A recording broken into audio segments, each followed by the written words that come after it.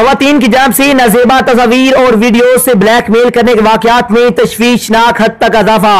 खवातीन का नाजेबा तस्वीर और वीडियो से ब्लैकमेल करने में तशवीशनाक इजाफा।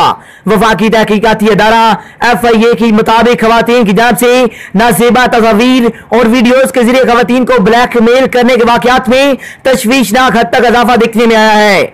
FIA से हासिल करदा अदाद-ओ-शुमार के मुताबिक पाकिस्तान के 3 बड़े शहरों कराची, लाहौर और इस्लामाबाद में गुज़िश्ता बस और रवां बस के 4 माह में मजमूई तौर पर साइबर क्राइम के हवाला से 95 मुकदमात दर्ज हुए, जिसमें से 70% यानी 67 मुकदमात खवातीन की जानिब से ब्लैकमेल करने से मुतल्लिक थे।